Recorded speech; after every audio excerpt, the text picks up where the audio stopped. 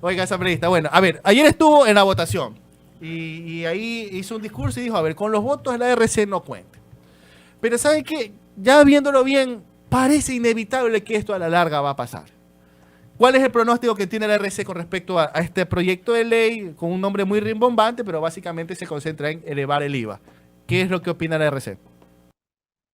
Nosotros, desde el inicio de la presentación de este proyecto de ley económica urgente, nos hemos ratificado que la posición es votar en contra de este proyecto de ley económico urgente que pretende incrementar estos 3 puntos porcentuales dentro de, el impuesto del IVA, porque es un impuesto indirecto, es un impuesto regresivo, es un impuesto que va a traer consigo también una contracción económica, y por ello hemos presentado 4 alternativas. Incluso 2 de estas 4 alternativas fueron acogidas dentro del informe de mayoría, pero pese a ello nuestros 3 compañeros que forman parte de la Comisión de Desarrollo Económico también dieron su voto en contra. Hemos también presentado un informe de minoría en el Pleno de la Asamblea Nacional, como es de conocimiento, de acuerdo al procedimiento parlamentario y lo que establece la ley, al no contar el informe de mayoría con los votos, porque hasta ahora la postura tanto de la bancada de la Revolución Ciudadana como la del Partido Social Cristiano y otras fuerzas políticas han manifestado que no están de acuerdo con el alza del IVA. Entonces este informe no tendría los 70 votos que se requieren para ser aprobados, y deberá el presidente de la Asamblea poner en conocimiento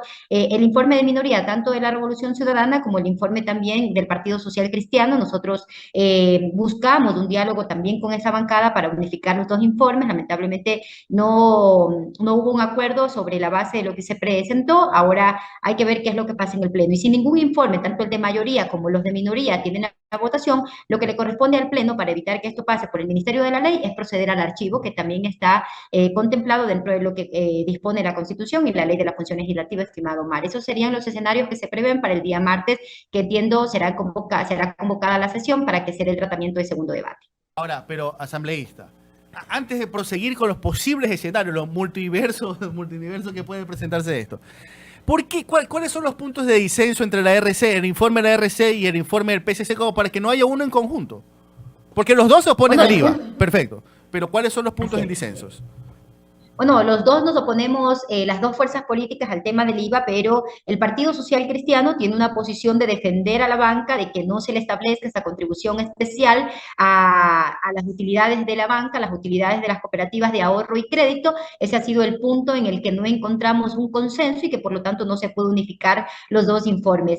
Nosotros creemos que la banca, siendo uno de los sectores que mayores utilidades ha tenido, incluso dentro de la pandemia y post-pandemia, es el momento que ellos también arrimen el hombro y carguen con este peso, con esta catástrofe económica que se ha heredado del gobierno de Guillermo Lasso. Imagínense, dentro de esta catástrofe que atravesamos en materia económica, la banca ha tenido un incremento de sus utilidades del más del 71%, y que solo de utilidades netas en el 2023 percibió más de 737 millones de dólares. Entonces, ese no encontró un acuerdo entre las 2 fuerzas políticas y por lo tanto no se pudo unificar el informe.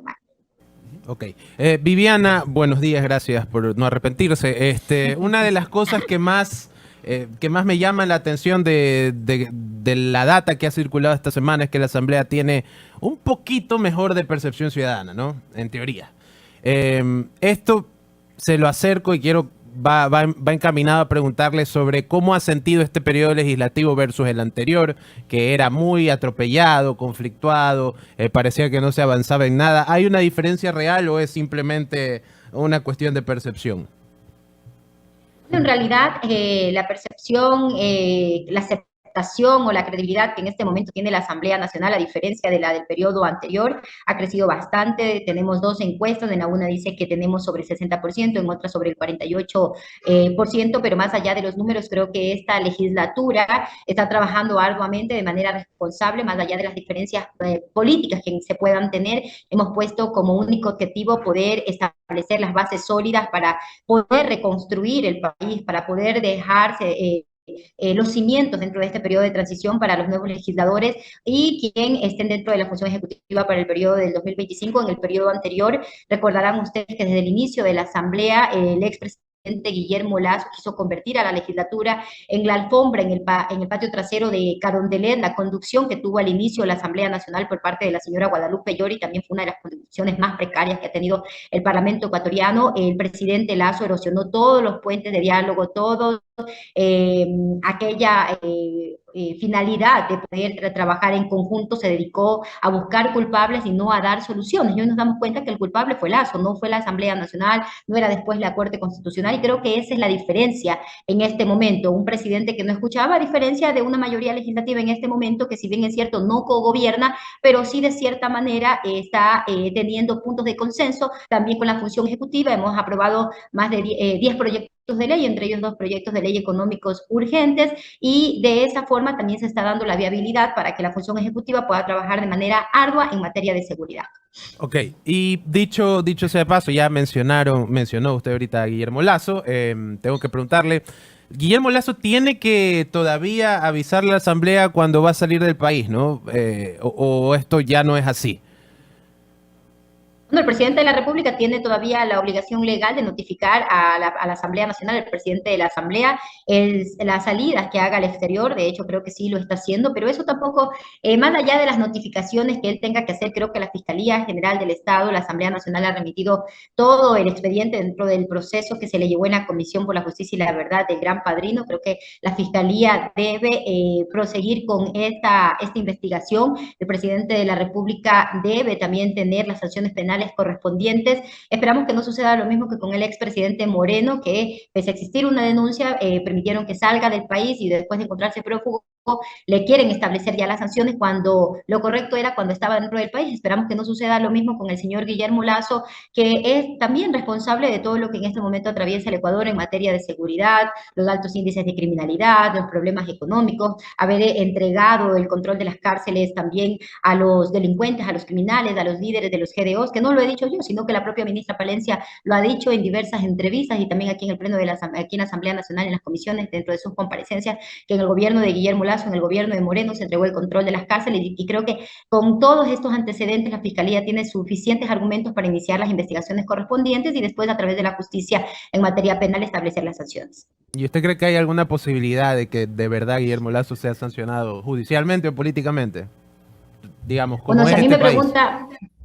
Si a mí me pregunta en ese momento si yo creo en la justicia y en la Fiscalía General del Estado, le digo que no. Yo no creo en la Fiscalía, no creo en la justicia de este país, una justicia y una Fiscalía que se han dedicado a perseguir a quienes les resultan incómodos y a proteger a quienes sí les resultan cómodos. Entonces, realmente quizás las posibilidades sean escasas mientras tengamos una función judicial y la Fiscalía de manera politizada, pero esperemos, hay que ver pero si me preguntan, yo creo que no hay mayores esperanzas por parte de quien dirige la Fiscalía y por parte de quienes están al frente de la justicia en materia penal en nuestro país. Volviendo ya un poco a lo actual y olvidándonos, ojalá por un largo rato, Guillermo Lasso, la narrativa que está teniendo el gobierno actual respecto al aumento del IVA y a las decisiones que vayan a tomar alrededor del tema, sigue una línea que es esto va todo para la guerra, ¿no? Porque continuamos con el discurso de la guerra. No obstante, tienes a los GATS impagos. Hoy el alcalde de Esmeraldas, Vico Villasís, dijo que desde septiembre, salud Viviana, salud, que desde Perdón, septiembre... estoy un poquito agripada. No se preocupe, nos ha pasado. Desde septiembre no les pagan. Hay prefecturas que solo van a pagar parcialmente los salarios de enero. Y hay un montón de problemas en el sector público en general. Yo creo, y esto es una cuestión que más viene de creencia mía, no es que tenga una data certera, que el aumento del IVA y cualquier decisión impositiva que tome el gobierno ahora va a ser para cubrir esa deuda y no tanto para la guerra, es decir, no tanto para las armas y la seguridad. Usted, como vicepresidente de la Asamblea, ¿cómo ve esto? ¿Sienten lo mismo? ¿Es diferente? ¿Sí creen que el gobierno va a usar esto exclusivamente para la seguridad? ¿O cómo realmente debemos tomar estas decisiones? Mire, el gobierno, a través de sus voceros, de los ministros, incluso del propio presidente de la República, hacen visualizar, hacen ver a la población que caen en distintas contradicciones, porque primero ellos manifestaron que incrementar el IVA era para combatir este conflicto armado interno que en este momento se ha declarado en el país, para combatir a los GDOs, a los criminales, al narcotráfico, pero después también dijeron que parte de este incremento va a servir para poder cubrir las deudas que tienen con los gobiernos autónomos descentralizados, para poder cubrir el presupuesto de salud, de educación, que está bien, que no está mal, que son aspectos o áreas que por el gobierno anterior no fueron cubiertas, pero al país hay que hablarle con la verdad. Primero, cuando se presenta este proyecto de ley económica urgente, no se lo presenta con una temporalidad establecida, no se cuantifica el costo de esta guerra. ¿Y qué es lo que hay detrás? Lo que hay detrás es que a través de este incremento del IVA existe una reducción del riesgo país y poder acceder a más créditos con el Fondo Monetario Internacional. Es cumplir con un acuerdo que se estableció desde el gobierno de Moreno, desde el gobierno de Lazo. No pudieron realizar este incremento del IVA, no pudieron eliminar los subsidios, porque aquí en el país, para los ricos, cuando se les perdona una deuda son incentivos, pero cuando al pobre se le subsidia el gas, el diésel, en cambio, eso lo satanizan. Entonces, aquí lo que hay detrás es cumplir con un requerimiento del Fondo Monetario Internacional, y para cumplir este requerimiento quieren seguir azotando la precaria economía de las familias ecuatorianas. Tenemos en este momento más del 60% de la fuerza laboral de nuestro país en el desempleo, tenemos una deuda interna y externa que bordea por más de 63.000 millones de dólares, un déficit que bordea también por más de 5.000 millones de dólares, y creemos que la alternativa no es incrementar el IVA, no es encarecer el costo de la vida de los ciudadanos, sino otras que ya hemos planteado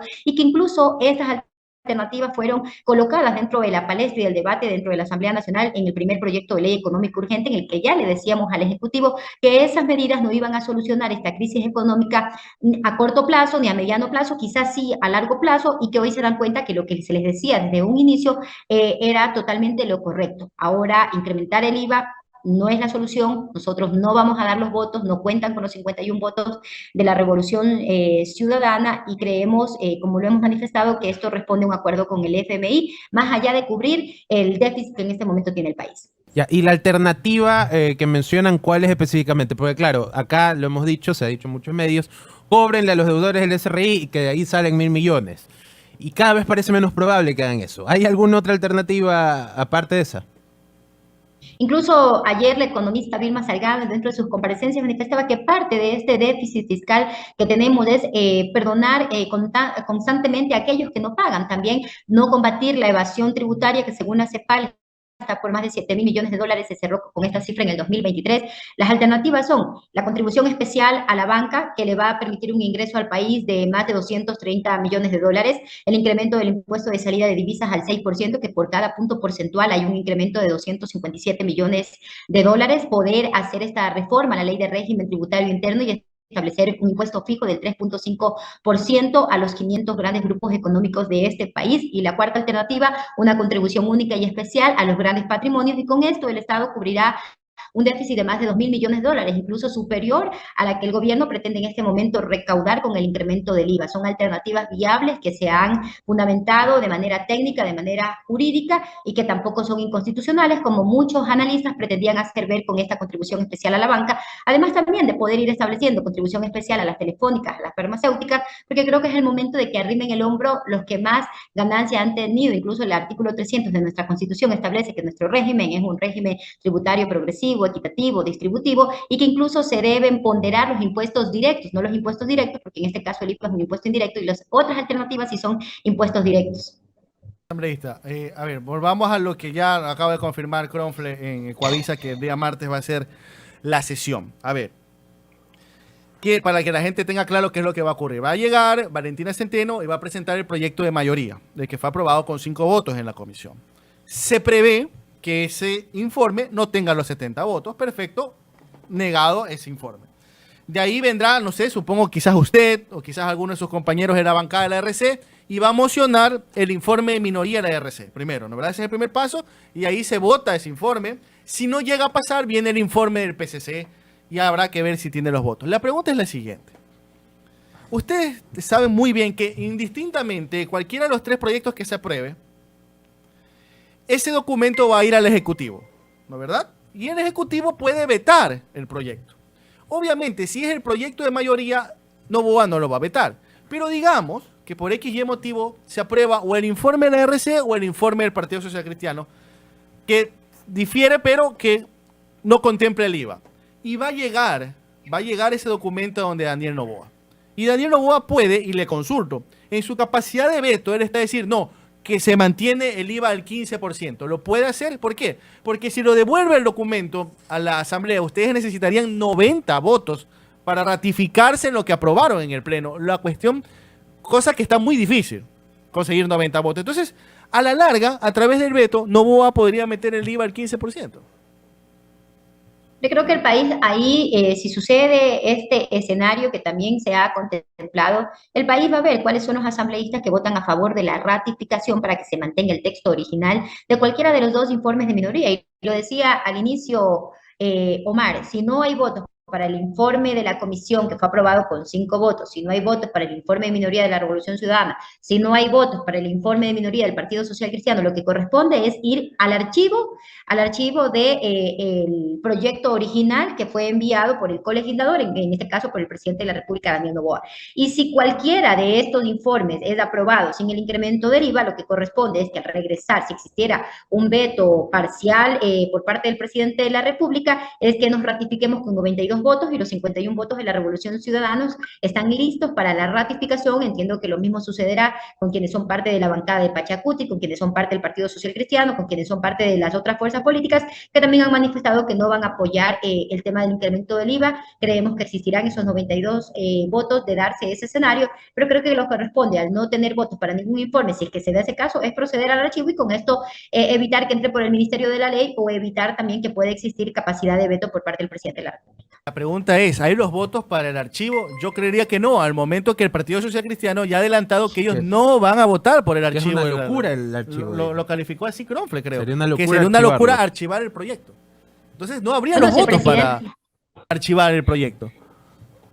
Mire, nosotros tenemos contemplado incluso mocionar el archivo, Omar, porque no se puede dejar pasar este incremento del IVA. Y si el presidente de la Asamblea, Henry Cronfle, no quiere votar por el archivo, no quiere dar paso a las mociones de la Revolución Ciudadana, quedará evidenciado que existe un acuerdo con el presidente de la República, con la bancada de ADN, para pasar de esta forma maliciosa el incremento del IVA. El país va a darse cuenta quiénes son los asambleístas que están del lado de la gente, quién es la organización política que está del lado de los ciudadanos y quiénes son aquellos que de esta forma, de una manera antojadiza, dentro de la opacidad, pretenden hacer pasar el incremento del IVA. Entonces, eso es claro, o sea, aquí el juego que quieran hacer dentro del escenario político del día martes, el país evidenciará y que yo también tengo la certeza que el país también sabrá castigar y sancionar en las urnas en las futuras elecciones.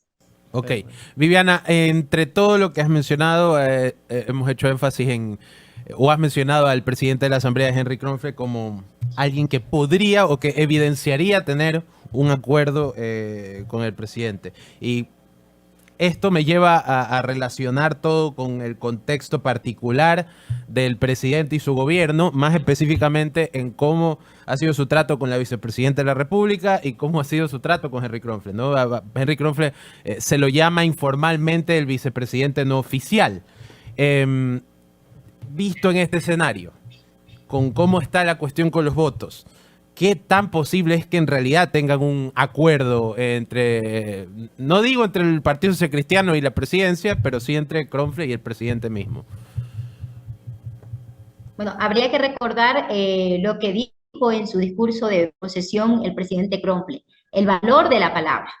Y el valor de la palabra que ha manifestado el señor Cronfle es de que no van a dar sus votos ni van a permitir el incremento del IVA. Si permiten a través de su condición de presidente de la Asamblea dar paso a que de A, B, C escenario pase el tema del IVA, entonces habrá perdido él el valor de su palabra. Hasta ahora hemos tenido una muy buena relación con el presidente Cronfle, espero que eso siga sucediendo de la forma que hemos venido manteniendo este diálogo, esta estabilidad dentro de la Asamblea Nacional. Creo que las fuerzas políticas debemos actuar con madurez, pero también con responsabilidad, y esa responsabilidad es no permitir que se incremente el IVA en estos 3 puntos porcentuales, ni de manera temporal, ni de manera definitiva, y espero de verdad que eso no suceda.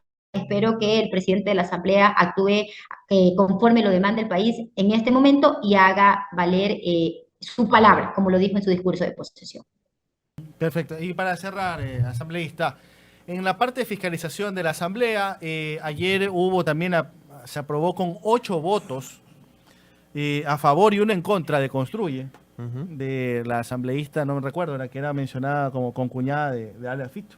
Adriana García. Adriana García. Bueno, ella se opuso en la comisión de fiscalización a este informe sobre la crisis energética. Y básicamente hay un desglose de responsabilidades, pero básicamente dicen Lenín Moreno, Guillermo Lazo, Pablo Arosemena, Fernando Santos Alvite, pero también se menciona a otros exministros como Richard Martínez, como Fausto Ortiz, también está René Ortiz, bueno, no recuerdo. A una serie de personas. ¿Qué va a pasar con ese informe? ¿Qué es lo que ocurre? Porque recordemos que todavía está en stand-by lo del juicio político a Santos Alvite, ¿no? Que realmente no pasó en la Comisión de Fiscalización. ¿Qué va a pasar con el tema energético? Bueno, dentro del informe que ayer aprobó con 8 votos la Comisión de Fiscalización, se ha establecido la responsabilidad del mal manejo del sector eléctrico por parte del gobierno de Lenín Moreno, por parte del gobierno de Guillermo Lasso, de sus funcionarios, sobre todo del exministro Santos Alvite. También se ha desmitificado que en la Revolución Ciudadana se construyó incluso la central Coca-Cola Sinclair, que decían que iba a explotar, que no funcionaba, que no valía. La misma ministra Roa ha manifestado que gracias a Coca-Cola Sinclair también se ha podido de cierta manera evitar el racionamiento que han existido dentro del sector eléctrico para las familias ecuatorianas. ¿Qué es lo que va a pasar más adelante? Con este informe se puede establecer responsabilidades políticas, presentar solicitudes de enjuiciamiento político a los funcionarios que aún se lo puede hacer, porque recordemos que se puede hacer después de un año en funciones. El exministro Santos Alvite debe ser sancionado, debe ser censurado por parte de la Asamblea Nacional, pero no solo va a ser la responsabilidad política. También creemos que este informe, y si no he revisado la última parte del informe, lo recién lo estaba leyendo, debe también derivarse a la Fiscalía General del Estado y a la Contraloría General del Estado para que puedan también establecerse las responsabilidades penales, las responsabilidades administrativas, y tengan la certeza que el ministro Santos será censurado por parte de esta Asamblea Nacional. Podría haber digamos, si llegan a censurar a Santos Alvite, esto podría abrir una puerta para que otros exministros o exfuncionarios públicos, se me viene a la cabeza su ex colega Diego Ordóñez, por ejemplo, también podrían ser procesados en un juicio político, o eso ya es avaricia. Mire, creo que se debe establecer las responsabilidades políticas a todos los malos funcionarios del gobierno de Guillermo Lasso que han tenido responsabilidades en las diferentes carteras de Estado. Recordemos que hay un juicio político, también una solicitud de juicio político en contra del ex ministro Zapato, y de ninguna manera es avaricia. Creo que la Constitución nos faculta, la ley también, a establecer estos procesos. Incluso la misma Corte Constitucional ha establecido que la máxima expresión de fiscalización que tiene la Asamblea Nacional es el control político a los funcionarios a los que se les puede establecer estas responsabilidades, de acuerdo a lo que también se contempla dentro de nuestra normativa legal dentro del país. Hemos tenido a Viviana Veloz, líder de cabeza de la Revolución Ciudadana del bloque asambleísta, vicepresidenta de la Asamblea. Veremos el día martes. Va a estar interesante. Eso sería convocada. Un fin de semana. Bueno, ahí no habría problema, ¿no? Sería en horas de la mañana quizás la votación, ¿no? O por lo menos el inicio de la sesión, ¿no? De lo que tengo entendido, será convocada la sesión a las 9 de la mañana. Empezará a las 9 de la mañana y seguramente será una sesión larga, extensa, en la que esperamos también que se permita escuchar la postura de todos los legisladores, que el debate sea un debate amplio, que no se quiera reducir a que se intervengan 2 o 3 personas. Claro, nada, no, asambleísta. Disculpe, porque por ejemplo hoy conversé con el alcalde de Esmeraldas y me dijo que ha conversado con la alcaldesa de Manta, con la alcaldesa de con el alcalde de Babahoyo, con el alcalde de Machala, y que quieren hacer un pedido de que, bueno, ya, si se eleva el IVA, que al menos uno de esos puntos vayan al GAT, a los GAT, o a los municipios más afectados por el tema de seguridad. La pregunta es, ¿a estas alturas se puede incluir algo ya en el proyecto o ya está cerrado?